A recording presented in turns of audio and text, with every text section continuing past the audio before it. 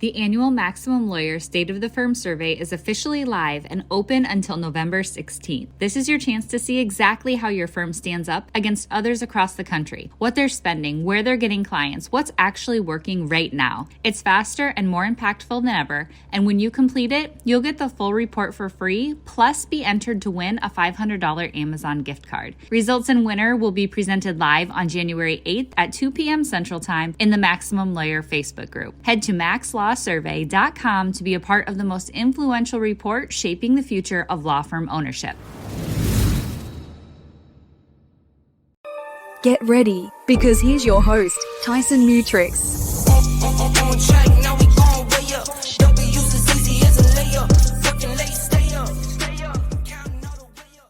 Welcome to the Guild Live Show. I've got a super fun one today. We're going to be talking about some email wizards and finding life purpose and a lot of other fun stuff. So let's get right into it. The first thing I want to get into, this is a quick one.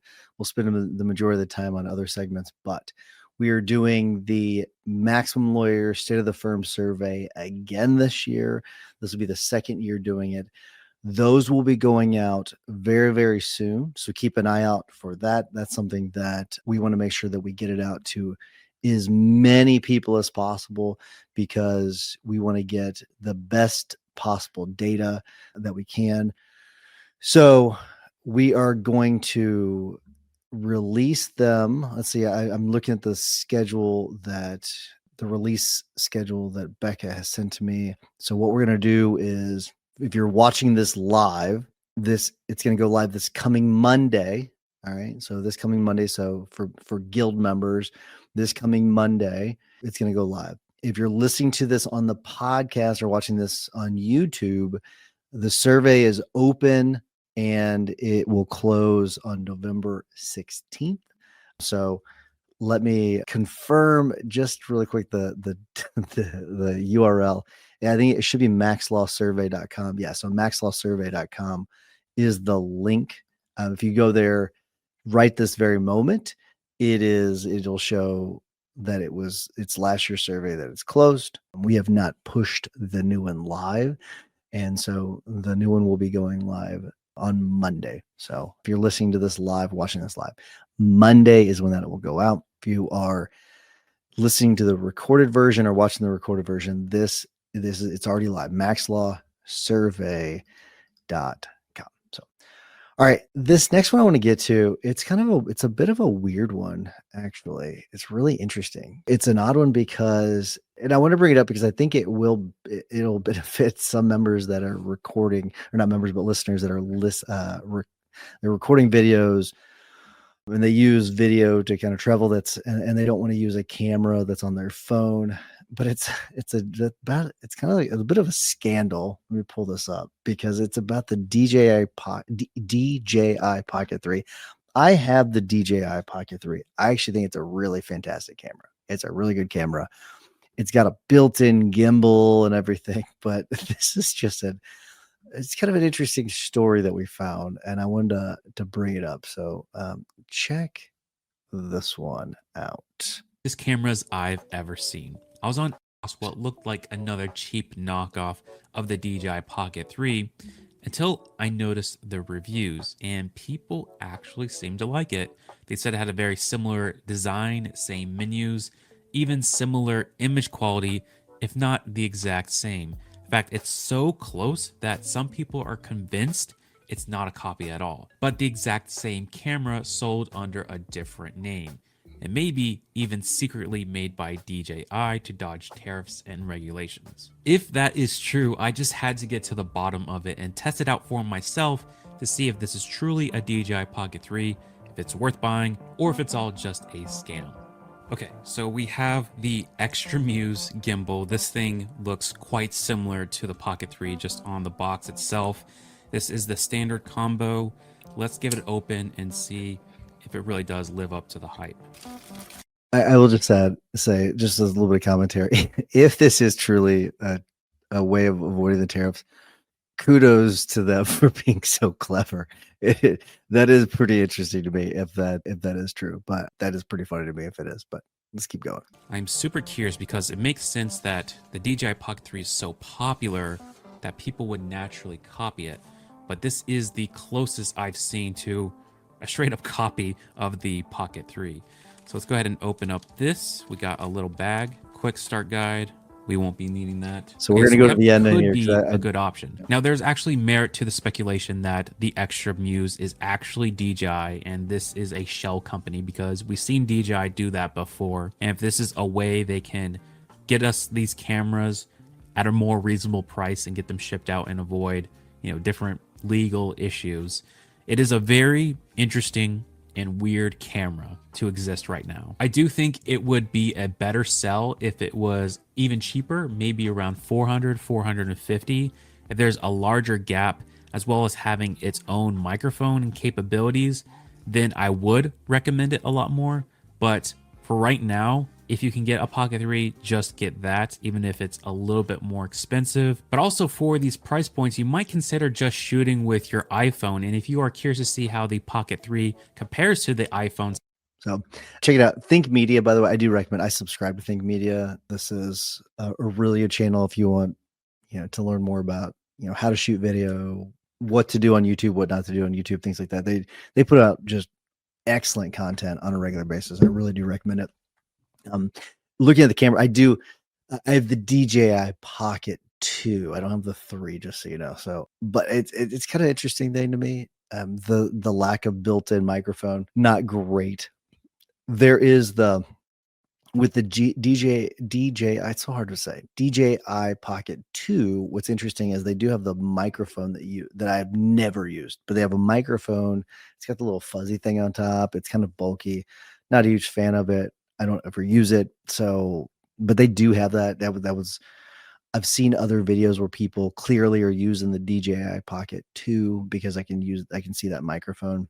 The microphone actually is good from videos I've seen, but never personally used it. But it's got the built-in mic, and if you're this close to it, then there's really no need to do anything different. So it's a good camera. I highly recommend it. I just thought that just kind of, it's one of those things. It's just a fascinating story. If you want to get a little bit of a cheaper camera, it's also a very high quality one. So check it out. So, all right, let's get into the next story, so the next one we're going to get to is by getting more clients. And this is it's 7 marketing strategies for getting more clients. And this is from a guy named Adam Earhart. He's got, free courses and things like that he promotes, but I want to go through some of the things that he talks about and with the framework. Part of this comes from, there's an entrepreneur article as well. So you got email marketing. I just found this one is an interesting one overall. The overall structure. It's many of the same stuff that we've heard about, and some things you've not heard about. But had a really interesting podcast interview this week that was on email marketing that I can't wait to come out, because the content in it is absolutely amazing. It's with Jay Schwedelson. Fun name to say. Jay Schwedelson. He is, really amazing. I'll go ahead and promote his website, subjectline.com. Really good. That's he's got a really cool conference. Becca's been to his conference. Eventastic.com. She said it's the best social media event she's ever been to, or not social, best online conference is what she said. Best virtual conference she's ever been to. Really amazing. He's got another one coming up, Guru 2025, guruconference.com. I'm not getting paid to promote any of his stuff. I just know that his content that from the interview was amazing. And so I can only imagine what his conference is going to be. But subjectline.com actually allows you to, it's absolutely free, 100% free. You are going to have to sign up for his newsletter to do it, but it allows you to test out subject lines in your emails. Pretty cool. So listen to that podcast when it comes out. It's really, really good. It was excellent. But back to this, what I want to talk about today, the 7 marketing strategies, email marketing. So, you're really just leveraging your targeted list. The more you use it, the more targeted it is. Social media marketing, selecting the right platforms, creating content, engagement tailored to your audience. This is a conversation that had come up on my conversation with Jay, and I've been having this conversation with other people recently too, where social media is one of those things where you really need to start with just the one and do one of them well and not focus on everything. So find the one that you're really good at. We had a podcast interview that was released this week, and it was interesting because the guest was talking about Facebook's knockoff Twitter. I can't remember the name of it actually right now, but it was really interesting. I'm sure a lot of you are listening. If you were live in the guild, help me out because I cannot remember the name of it. The Facebook's version of X/Twitter, but she has had a pretty big following on other platforms, and then what she's found is that that platform is outperforming all the others. And I found that to be really, really interesting. And see, that's one of the things I was so surprised because I can't even remember the name of the damn platform. I don't ever use it, but it is one of those things where she has found that niche, even though she's had massive success on other platforms. She is putting all of her efforts into that one. I kind of found that was pretty interesting. And that's what I think that's what you have to do. You have to find your platform, start with that, and then move on to the next platform and then the next platform to kind of grow your base. But you need to start with one and really kind of own that one. Public PR, so public relations is something that I don't think we talk about enough, getting that earned media. I think that's really kind of interesting. I think a lot of like the local attorney that does a really good job of getting earned media. So that is one of those ones where sometimes you have to pay for it. I think that's kind of crazy, where you see people write articles for local papers and all that very self-serving. I don't know how effective those are, but just getting on media to do interviews, it's one thing, but actually having an active PR, public relations department, we don't have one, but I think it would be cool to have. That's why big companies have it. Whenever I worked for State Farm years ago, I found it was kind of interesting. Their local office, right? So I was in a building with many people. I think it was like 1,500 people, but it was still like a local office compared to it wasn't corporate. And even that office had their own PR, the whole department.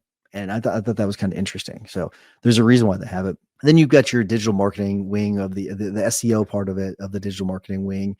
Search engine optimization. So that's the next one. We're kind of moving into the number 4 on the list. So yeah, optimizing your digital presence. That also now includes, optimizing it for that LLMs, influencer marketing. You're seeing a more of this when it comes to college athletes. That is something that is more of a thing these days. I know Mo Lilienthal down in Alabama, he at least was. I don't know if he still is. I'm pretty sure he still is using influencer marketing. Virtual events, so live online events. I don't know what I'm going to say is I'm going to say events is what I'm going to say with this one because it says virtual events. I think that's more of a B2B thing. I'll say events in general. There's a lot of firms that I've talked to where they do local events for kind of client appreciation days. Those seem to be pretty successful for people. And then video marketing in general is, I do find it interesting that they lump video marketing into sort of its own category, because I think it's sort of a subcategory of social media. But that is one of those ones where they did mention video marketing in this particular video and article. So it is an interesting thing. I don't think there's any major revelations in this. I do think it's one of those things where just kind of get people thinking a little bit more about their strategy part of it, as opposed to just doing things. That's a big problem, is people just doing things. So I highly recommend that you have some sort of strategy with this, with a funnel involved, and you kind of walk it down from the top of the funnel all the way down to the bottom of the funnel, because doing things without a funnel and actually thinking it through it's just wasted money. It really is. Even if you're doing something like, Google ads or Facebook ads, if you don't have a funnel as a part of the whole thing, what's the point of doing it? Because you're losing. I wouldn't say you're a leaky funnel at that point. You have no funnel, right? So you're just losing. You're wasting so much money if you've not thought the whole process through. So make sure you do that. But all right, let's get to our next topic for today. And this one is on finding purpose. This is an interesting one. This is one so find your life's purpose. It's from Ali Abdaal. and Joe Hudson and The Art of Accomplishment. And so this is a video interview. And so this is a fun one. This is and if I have time, I'm gonna come back to the 7 P's of marketing because I was going to cover that, but I just spent too much time on that last one. So I didn't have time to really kind of get through the whole 7 P's of marketing that I wanted to cover. But the 5 steps to life purpose. So I did kind of find that this is an interesting thing as a general 5-step framework for finding life's purpose. So, and I'm going to I'll share this with everybody, kind of add it to the stage. So, finding your life's purpose. So check this out whenever you about how to recognize if you are not currently living your purpose. So Joe, a lot of people are, including me, are searching for this thing that we call purpose. What does it look like when someone is living their purpose? And how might someone watching or listening to this know that whether they're doing it or whether they're not doing it? It looks like this. My wife and I were at the end of this week-long retreat, and it's a hardcore retreat. You've been to it. It starts at 7:30 in the morning and it ends at like 10 o'clock at night. We're working all the time, 7 days straight, big emotions, lots of people having big issues, getting breakthroughs and everything like that, exhausting. And we're at the last day, we're sitting in the hot tub recovering. And I looked at my wife and I said to her, there was this transaction we could have made that would have made us like $70 million. And I was thinking about it and I'm really glad that didn't happen. And she said, oh, what would make that the case? And I said, because if we would have done that, we might not be doing this. If we had $70 million, we might not have started this business. We might not have done this because we did it because we needed to. And she said, oh yeah. And then I looked at her and I said, if somebody offered you $1 billion for this business right now, would you sell it? And our companies are worth nothing close to $1 billion, right? But the only thing is you couldn't compete, so you couldn't do any of this work again. And we both went, no, we didn't. No, we wouldn't sell it for $1 billion. If you have an idea that you want. So you kind of get the point there. I wanted to share that with you. Watch the video. We'll put the video in the show notes. I'm actually, he's got his own way of kind of going through finding your life's purpose in 5 steps. I did find a couple other ways of doing it, a couple other frameworks that I wanted to go through with you. I am going to go through a list from multiple sources of questions or topics, right? And then also there's a TED Talk by Adam Leipzig. And I'll go through the questions. I think some people, they need multiple ways to try to kind of get to find out what their purpose is. But the first framework is reflect deeply on who you are. Okay. Ask, what are my core values? What brings me meaning and fulfillment? Okay. What do I care about? Second part of it is look back and look around. So examine your past. What experiences shaped you? What obstacles you've overcome? What themes run through your life? Explore new experiences and environments. Sometimes your purpose emerges through trying things. Number 3, define the impact you want to have. So ask what do I want to contribute toward? What difference do I want to make? So create a purpose statement. My purpose is to bring X to Y through Z. 4, align your actions and environment. Once you have clarity, structure your life so that your daily routines, choices, work, relationships reflect your purpose. Get rid of or reduce the activities that are misaligned or draining.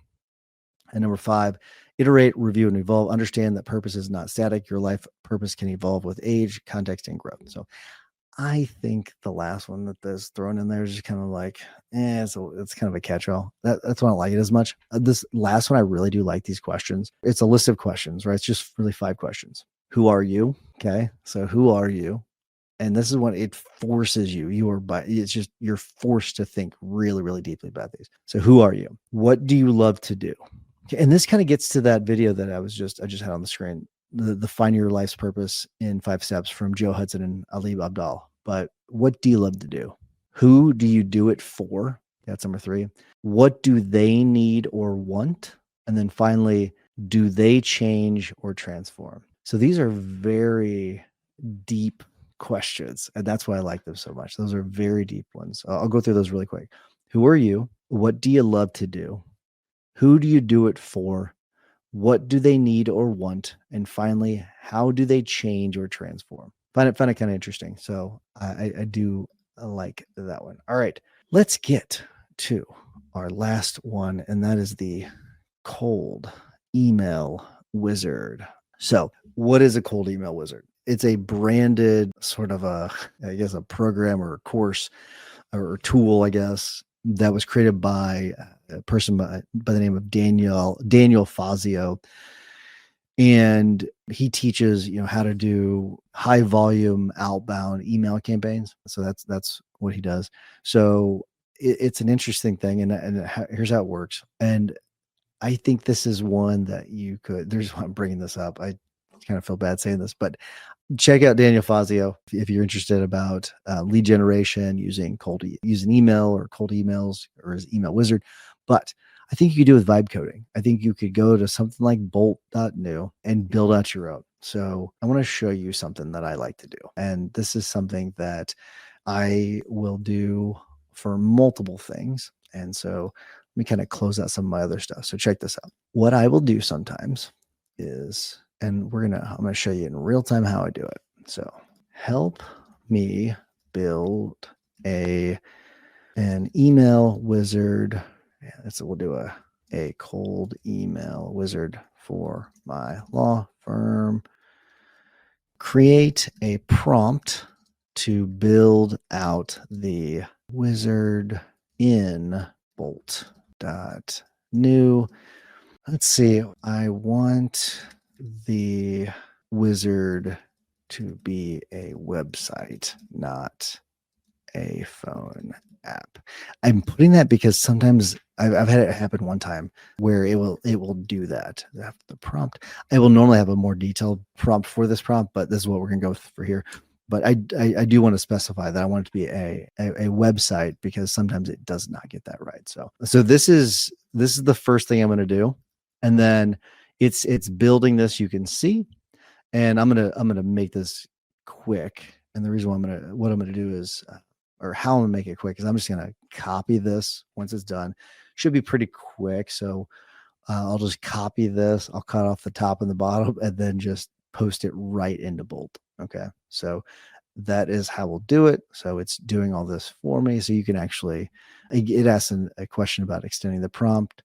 We're not going to deal with that right now. What we're going to go right here is we're going to go boom.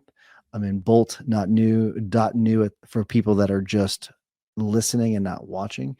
So what I'm doing is I've pulled open a new tab, went to bolt.new. I've got a subscription. It doesn't have me signed in. So let's see. I'm not going to share my tab with you. Here we go. I'm logging in. And so here we go. It is building this. And what is really, really cool is so it shows my tokens. I was at 200 and something about 3 days ago. We've been building out something pretty big. So that's why I've used so many tokens recently. But here we go. It is building this out in real time. This is going to take a little bit of time, I think. But what I'm hoping is that this will show it to you. And what I'll do is I'll actually kind of start to wrap up the show, and we'll let this keep going so people can watch it. But that's why you're kind of thinking like, well, I thought we were going to talk about an email wizard. Yeah, sure. We can talk about that and kind of how it works, like big picture. So you just need to define what your offer is in the email, right? This is his approach. And by his, I'll make sure I give Daniel Fazio as much credit as possible. Daniel Fazio, go promote Daniel Fazio at Black Hat Wizard with 2 D's at the end. So go check out Daniel. But define your offer, build your list, set up your sending infrastructure. So whatever email account, all that kind of stuff, write the email sequence, and then send, monitor, and optimize. But that is sort of the big picture. But the point is not to do an email wizard. The point actually is about creating. We can create a lot. We're allowed to create a lot now. We can do, if you have an idea for something, you can go to something like Bolt. You can go to, there are so many different products out there now where you can just build, and all you need is an idea. And so that's really, I think it's really kind of cool. So go and do it. You don't have the excuses anymore. You don't say, well, I don't have the expertise. You don't need it. You can build this while you're writing your brief. Okay. You can build this while you're sitting on the bus or on the train or the plane. This is, you set it and then you come back to it and then you refine it and then you come back to it and you refine it. And I kind of go back and forth. I will go back and forth between Bolt, and I'll come back over here. Okay, here's what I need next. And I will ask for a new prompt, and then I'll come back over. I'll go back into Bolt. So I'll go from ChatGPT to Bolt, and Bolt to ChatGPT to Bolt, back and forth. And you can kind of see what it's doing. It's got all these steps that it's created for itself. 1, 2, 3, 4, 5. Little side note. Sometimes it'll skip a step in here and you have to remind it to go back and do it. So just keep it on. This is not just for bolts. This is, so for people listening, on the left side window, it's telling you what it's doing. And whenever the faded text turns full color, that means it's done. Sometimes it'll stay faded text, and that means they did not do that step, or it did not do that step. And so if it has not become fully colored text, that means that they need to go back. It needs to go back and do it. I keep saying they, but it looks like it's going to take a little bit of time for this to be created, but I will share the results in the guild. So go to maxwellguild.com if you are interested in seeing how this turned out. maxwellguild.com. You can get the Mutrix Firm cold email wizard is what this is called, but we'll call it the Maxlaw Guild Wizard. That's all I have. Have a wonderful week, everybody, and we will be seeing you. See you, buddy. Real quick, before you head out, have you checked out the Guild yet? If you've been listening to this podcast or hanging out in the Maximum Lawyer Facebook group, you've probably heard us mention it. But if you haven't taken the next step, let me tell you, you're missing the best part of this community. The Guild is where law firm owners like you go to level up. It's not just more content. It's a powerful mix of weekly live trainings, group coaching, accountability, and a tight-knit community of people who actually get what you're building. You'll be able to tap into real conversations with people who are in the trenches with you, scaling their firms, testing ideas, solving problems, and growing fast. If you're serious about building a firm that runs like a business and not just a job, this is where you want to be. Go to maxlawguild.com and take that next step. We'll see you inside.